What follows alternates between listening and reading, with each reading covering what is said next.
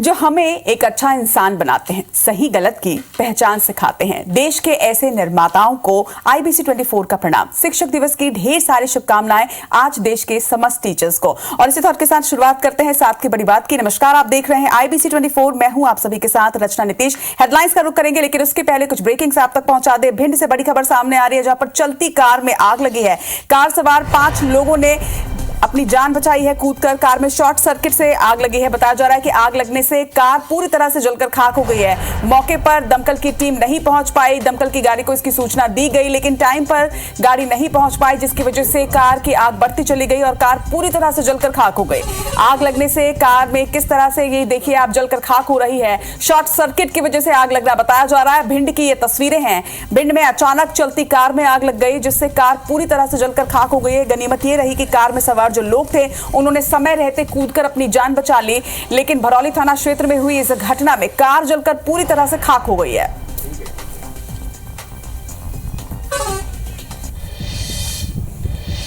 इधर उत्तर प्रदेश के इटावा में भीषण आग लगी है। घर में रखा सारा सामान इसमें जलकर खाक हो गया है। बताया जा रहा है कि रिटायर्ड शिक्षक के घर में ये आग लगी। आग के कारणों का अब तक पता नहीं चल पाया है, लेकिन इस आग में घर पूरी तरह से जलकर खाक हो गया है। और तस्वीरें आप देखिए, तस्वीरें ही इतनी भीषण आग की गवाही दे रही है। तस्वीरें आप देखिए, ये घर एक रिटायर्ड शिक्षक का है, जिनके घर में कल आग लग गई और आग लगने की वजह से पूरा घर जलकर खाक हो गया है। यूपी के इटावा की ये तस्वीरें हैं।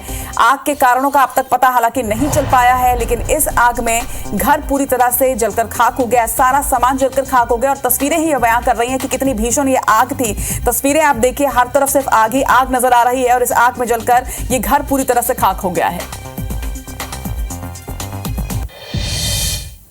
और अब बात करेंगे गरियाबंद के चक्का जाम। 7 घंटे के बाद आखिरकार चक्का जाम खुल सका, लेकिन आज सुबह एक बार फिर से आंदोलन की चेतावनी दी गई है। आपको ये बता दें कि आदिवासी युवक की मौत हो गई थी, जिससे नाराज समाज के लोगों ने किस तरह से चक्का जाम किया, उसकी तस्वीरें भी लगातार हमने आप तक पहुंचाई। जेल में बंद आरोपी की इलाज के दौरान मौत हो गई थी, जिसके बाद परिजनों का गुस्सा फूटा और परिजन लगातार चक्का जाम कर रहे थे। 7 घंटे के बाद चक्का जाम खोला गया, लेकिन समाज द्वारा एक बार फिर से चक्का जाम करने की चेतावनी दी गई है। आदिवासी युवक की मौत हो गई थी। आदिवासी युवक जेल में बंद था और इसकी इलाज के दौरान मौत हुई थी, जिसके बाद परिजनों का गुस्सा फूटा और परिजनों ने लगातार चक्का जाम कर प्रदर्शन किया। 7 घंटे के बाद चक्का जाम तो रात को खुलवाया गया, लेकिन समाज ने ये चेतावनी दी है कि आज सुबह एक बार फिर से आंदोलन इस मामले में किया जाएगा।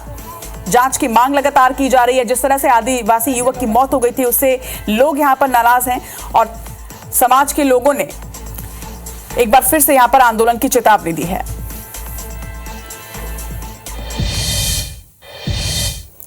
और कुछ इसी तरह की खबर इंदौर से भी सामने आई, जहां पर सड़क पर शव रखकर चक्का जाम किया गया है। दरअसल हत्याकांड को लेकर विरोध जताया है। आपको याद होगा, सलमान लाला गैंग के बदमाशों ने एक युवक की हत्या मामूली से बात पर कर दी थी। क्रिकेट खेलने को लेकर यह पूरा विवाद हुआ था, जिसके बाद गैंग के लोगों ने आतंक मचाते हुए न सिर्फ एक युवक की हत्या कर दी थी, बल्कि कुछ लोगों को घायल भी किया था।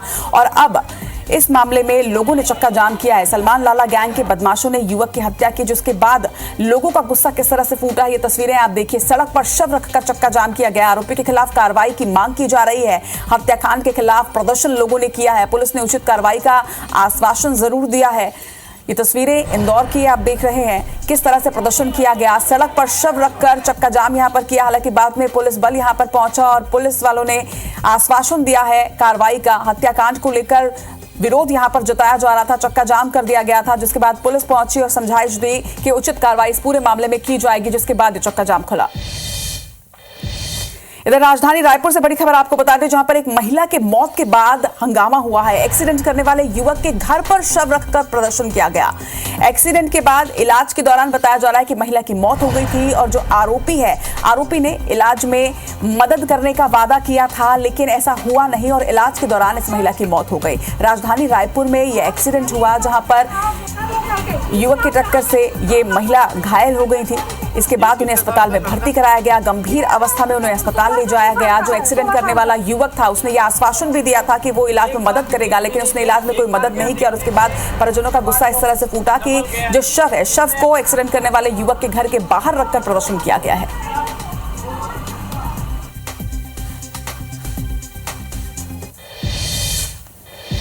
और इन ब्रेकिंग्स के बाद अब नजर डालते हैं सुर्खियों पर।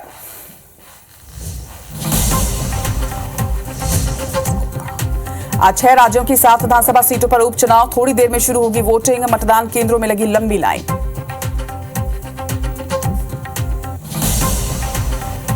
चौदह सितंबर को मध्य प्रदेश आएंगे पीएम नरेंद्र मोदी। बीना के बीपीसीएल फैक्ट्री में पेट्रोकेमिकल कॉम्प्लेक्स का करेंगे भूमि पूजन। सीएम शिवराज ने की तैयारियों की समीक्षा। केंद्रीय गृह मंत्री अमित शाह का आज मध्य प्रदेश दौरा। मंडला और शिवपुर में जन आशीर्वाद यात्रा का करेंगे शुभारंभ, जनसभा को भी करेंगे संबोधित। एआईसीसी ने की इलेक्शन कमेटी की घोषणा। मल्लिकार्जुन खड़गे समेत 16 नेताओं का नाम इसमें। छत्तीसगढ़ से डिप्टी सीएम टीएस सिंहदेव को मिली जगह। आज भोपाल में सीएम शिवराज सिंह चौहान 40 विकास रथों को दिखाएंगे हरी झंडी। सीएम हाउस से किया जाएगा रवाना। रथों को दिखेगी प्रदेश के विकास की फिल्म।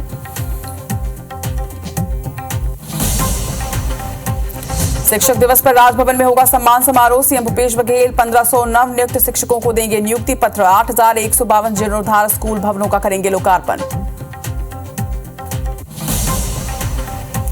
भोपाल में कांग्रेस की मैराथन बैठकों का आज आखिरी दिन। रणदीप सुरजेवाला और जितेंद्र सिंह करेंगे मीटिंग। पीसीसी दफ्तर में जुटेंगे 230 सीटों के दावेदार।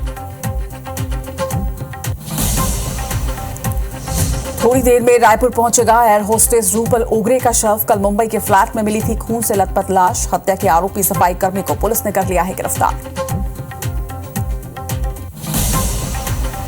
गरियाबंद में आदिवासी युवक की मौत पर समाज के लोगों ने किया चक्का जाम। आज फिर से आंदोलन की चेतावनी। जेल में बंद आरोपी की इलाज के दौरान हुई थी मौत। एशिया कप में भारत ने नेपाल को 10 विकेट से हराया। सुपर 4 में बनाई जगह। 10 सितंबर को पाकिस्तान से फिर होगा महामुकाबला।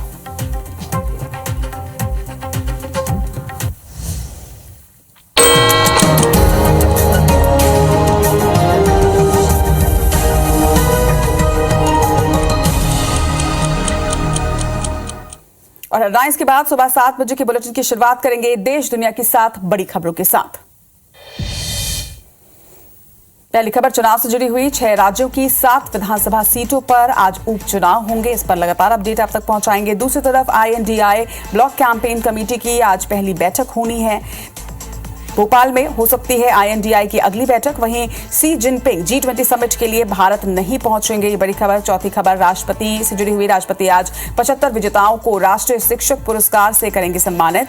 पांचवी खबर इसरो ने दूसरी बार आदित्य L1 की ऑर्बिट को बढ़ाया है। वहीं छठवीं खबर नेपाल को हराकर भारत एशिया कप के सुपर 4 में पहुंच चुका है। तो देश के 6 राज्यों की 7 विधानसभा सीटों पर आज उपचुनाव होंगे। आपको बता दें कि वोटिंग अब शुरू हो चुकी है। 7:02 का ये समय हो चुका है और वोटिंग शुरुआत की जा चुकी है। यूपी, पश्चिम बंगाल, केरल, झारखंड और उत्तराखंड की एक सीट और त्रिपुरा की 2 सीटों पर वोट इस वक्त डाले जा रहे हैं। चुनाव आयोग के मुताबिक उत्तर प्रदेश की घोसी, उत्तराखंड के बागेश्वर, बंगाल की धूपगुड़ी, झारखंड की डुमरी, केरल की पुतुपल्ली, त्रिपुरा की बक्सानगर और धनपुर सीट के लिए चुनाव करवाए जा रहे हैं। इन चुनावों के नतीजे 8 सितंबर को आएंगे, लेकिन इसके पहले इस वक्त वोटिंग शुरू हो चुकी है। तस्वीरें आप अलग अलग प्रदेशों की देख रहे हैं। ये उन क्षेत्रों की तस्वीरें हैं जहां पर आज उपचुनाव हो रहे हैं। बता दें कि 6 राज्यों में आज उपचुनाव हो रहे हैं और इस वक्त वोटिंग शुरू हो चुकी है। वोटिंग की तस्वीरें भी आप तक पहुंचा रहे हैं। 6 राज्यों में 7 विधानसभा सीटों पर ये उपचुनाव करवाए जा रहे हैं और इन राज्यों की ये तस्वीरें कड़ी सुरक्षा व्यवस्था के बीच यहां पर उपचुनाव के लिए वोटिंग किए जा रहे हैं। झारखंड, यूपी, उत्तराखंड, त्रिपुरा, यहां उपचुनाव करवाए जा रहे हैं। 7 विधानसभा सीटों पर ये उपचुनाव हो रहे हैं। 6 राज्यों की ये तस्वीरें। 6 राज्यों में आज उपचुनाव करवाए जा रहे हैं। 6 राज्यों की 7 विधानसभा सीटें ऐसी हैं जहां पर सीटें रिक्त थी किसी न किसी वजह से और इसीलिए यहां पर उपचुनाव करवाए जा रहे हैं। झारखंड, यूपी, उत्तराखंड की एक सीटों पर जहां वोटिंग हो रही है, तो वहां त्रिपुरा की 2 सीटों के लिए आज मतदान किए जा रहे हैं। लोग अपने मताधिकार का प्रयोग कर रहे हैं और इस वक्त वोटिंग शुरू हो चुकी है। 7:04 का समय, यानी लगभग 4 मिनट हो चुके हैं। अब वोटिंग शुरू हुए और पल पल की अपडेट भी आप तक लगातार पहुंचाते रहेंगे इन राज्यों से।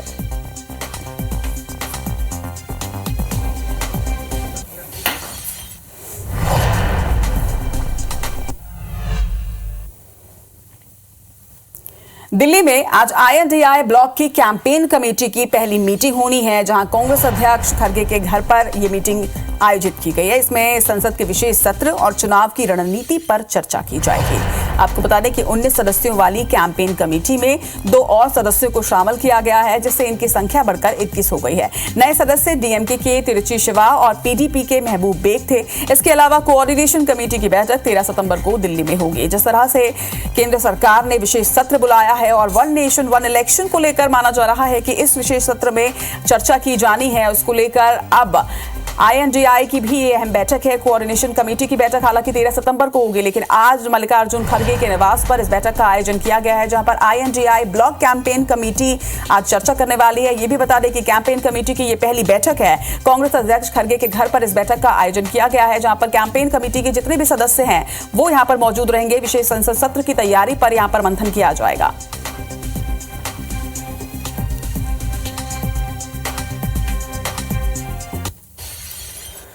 इधर दिल्ली में AICC ने इलेक्शन कमेटी घोषित कर दी है। आपको बता दें कि कांग्रेस ने कमेटी में मल्लिकार्जुन खड़गे के साथ ही 16 नेताओं को जगह दी है।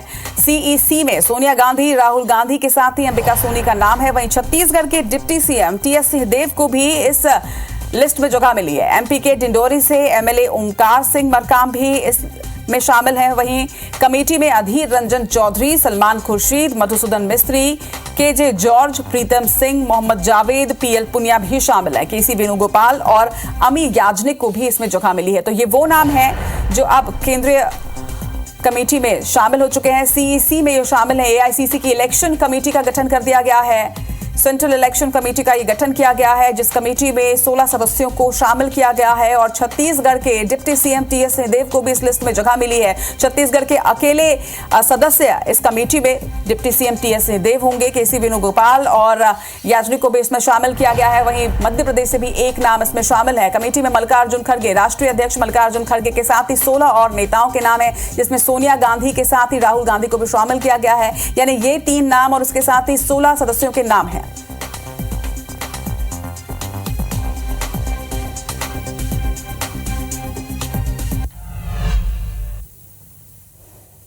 और अब बात करेंगे केंद्रीय गृह मंत्री अमित शाह के मिशन मध्य प्रदेश की।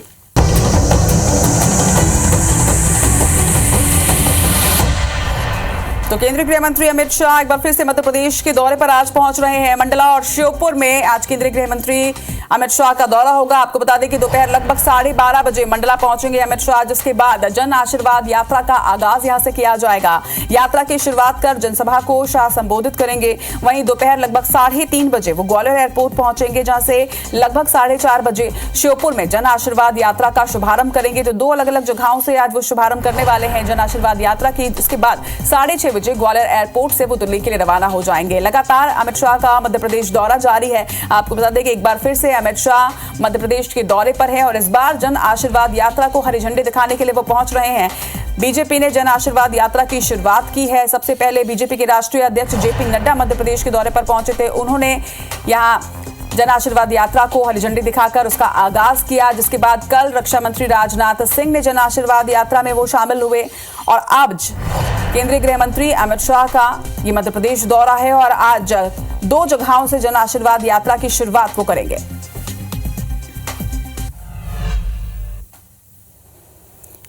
वहीं आज 40 विकास रथों को सीएम शिवराज सिंह चौहान हरी झंडी दिखाकर रवाना करने वाले हैं। सीएम हाउस के गेट नंबर 1 से इस विकास रथ का आगाज होगा। सुबह 9:30 बजे सीएम रथों को हरी झंडी दिखाएंगे। विकास रथ विकास किया है, विकास करेंगे, इस नाम से इस रथ को लाया गया है। रथों में LCD के जरिए प्रदेश के विकास की फिल्म भी दिखाई जाएगी। वहीं सरकार के कल्याण कार्यों पर एक फिल्म बनाई गई है और इस फिल्म को इस रथों के माध्यम से LCD के माध्यम से लोगों तक पहुंचाया जाएगा। वीडियो फिल्म के माध्यम से प्रदर्शन किया जाएगा। विकास रथ में विकास किया है, विकास करेंगे का एक नारा दिया गया, एक स्लोगन दिया गया है और सरकार के कल्याणकारी योजनाओं पर एक फिल्म बनाई गई है और इस फिल्म को LCD के माध्यम से इन रथों के माध्यम से अलग अलग क्षेत्रों में डिस्प्ले किया जाना है।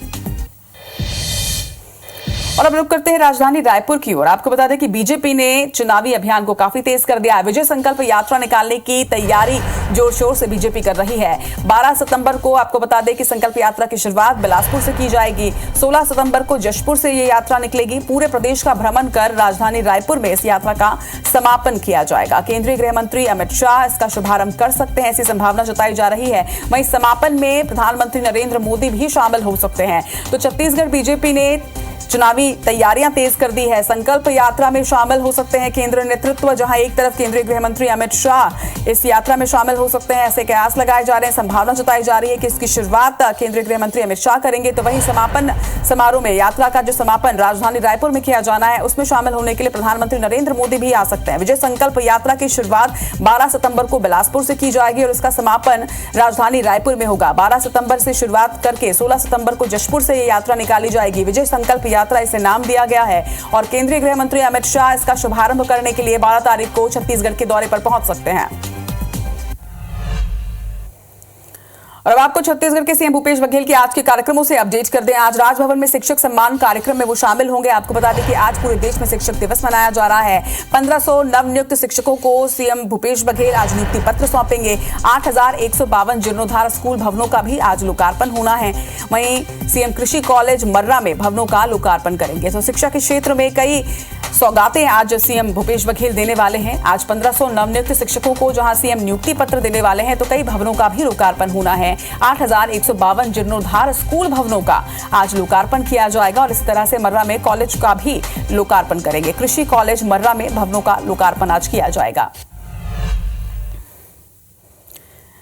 7 सितंबर को भारत जोड़ो यात्रा की पहली वर्षगांठ है। आपको बता दें कि पिछले साल 7 सितंबर को ही भारत जोड़ो यात्रा की शुरुआत की गई थी। जिला और ब्लॉक मुख्यालयों में कांग्रेस इस दिन कई कार्यक्रमों का आयोजन कर रही है। भारत जोड़ो पद यात्रा, भारत जोड़ो कार्यक्रम इसमें होंगे। जिला स्तर पर इस सम्मेलन का आयोजन किया जाना है। शाम 5 से 6 बजे तक पदयात्रा कांग्रेसी कार्यकर्ता करेंगे। वहीं सार्वजनिक सभा के रूप में पदयात्रा का समापन किया जाएगा। तो आपको याद होगा कि पिछले साल 7 तारीख को ही राहुल गांधी ने शुरुआत की थी भारत जोड़ो यात्रा की और इस भारत जोड़ो यात्रा में उन्होंने साउथ से लेकर नॉर्थ तक की यात्रा की थी।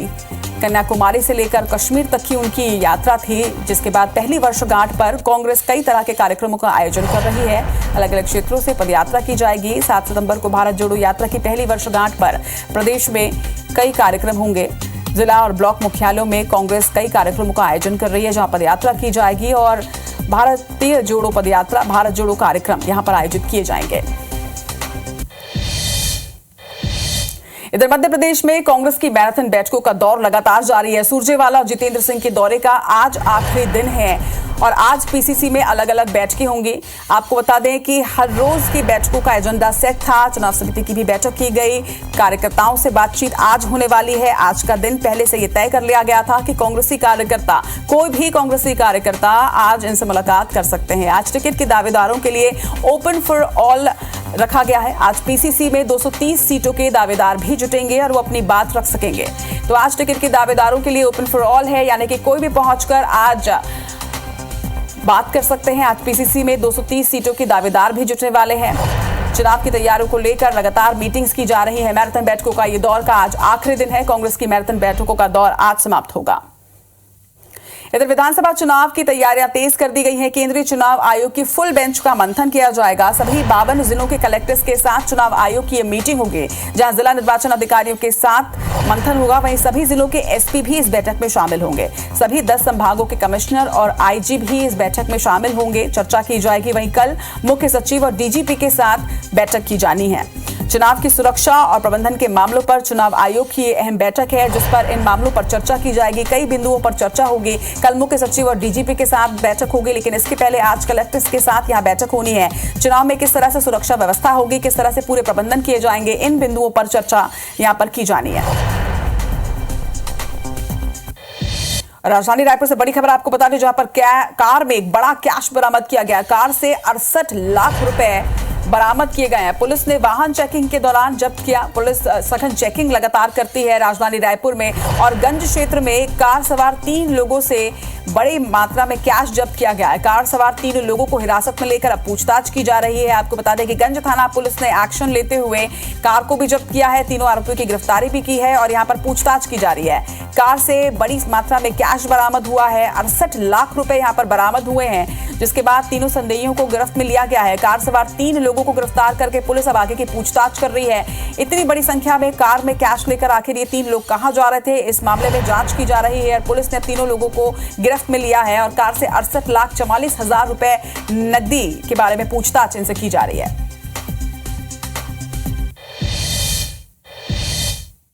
गुरु ज्ञान देने के लिए जाने जाते हैं, लेकिन ग्वालियर की एक निजी कोचिंग में 3 शिक्षकों ने एक मासूम छात्र को होमवर्क ना करने पर ऐसी सजा दे दी कि अब मासूम कोचिंग जाने के नाम से ही सहम जाता है। रिपोर्ट।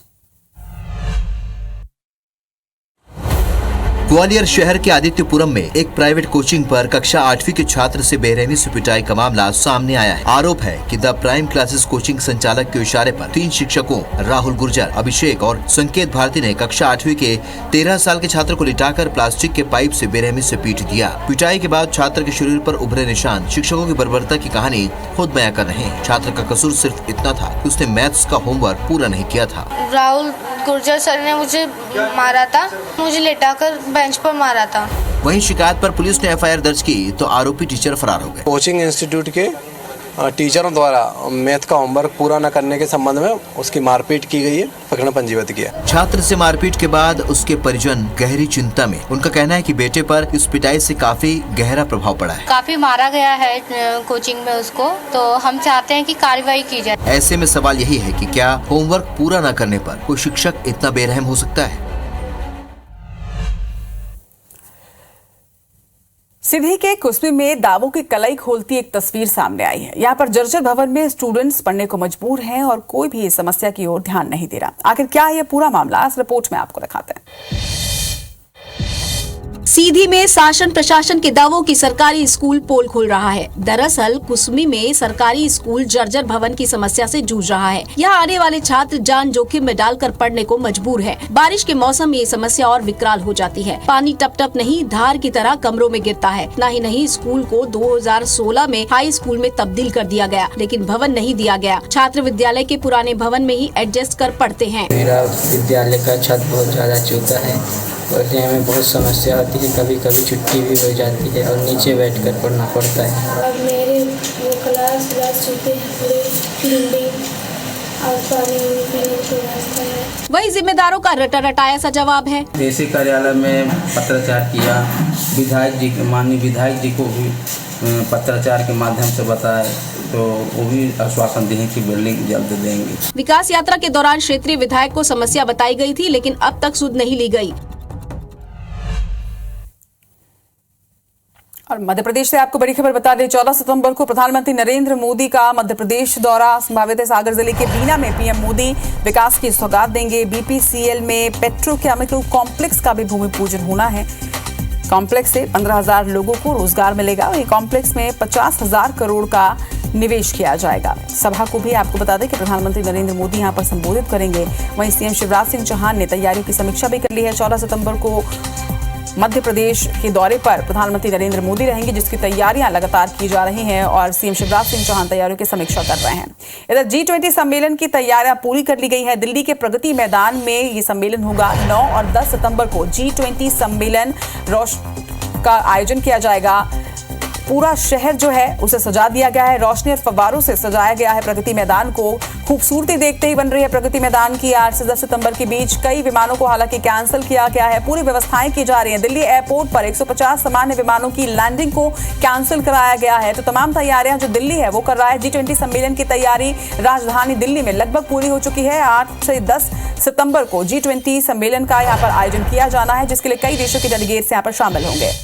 और अब बात करेंगे खेल जगत की। टीम इंडिया ने एशिया कप 2023 के सुपर 4 राउंड में प्रवेश कर लिया है। अब टीम का मुकाबला 10 सितंबर को पाकिस्तान से होगा। आपको बता दें कि भारत ने सोमवार को नेपाल की टीम को 10 विकेट से हरा लिया है। इस जीत के साथ ही पॉइंट टेबल में भारत के नाम 3 अंक हो चुके हैं और इस ग्रुप से पाकिस्तान टीम 3 पॉइंट्स के साथ पहले ही सुपर 4 के लिए क्वालिफाई कर चुकी है। नेपाल दोनों मैच हारकर अब बाहर हो चुका है। वहीं नेपाल ने टॉस हारकर पहले बल्लेबाजी की और 48.2 ओवर्स में 203 रन बनाए। बारिश के कारण भारत को डीएलएस मेथड के तहत 23 ओवर में 145 रन का रिवाइज टारगेट दिया गया, जिसे रोहित और गिल की जोड़ी ने 20 ओवर में ही हासिल कर लिया।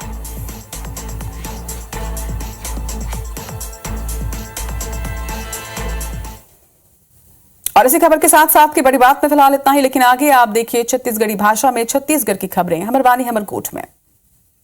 IBC 24 number 1 news channel in Madhya Pradesh Chhattisgarh.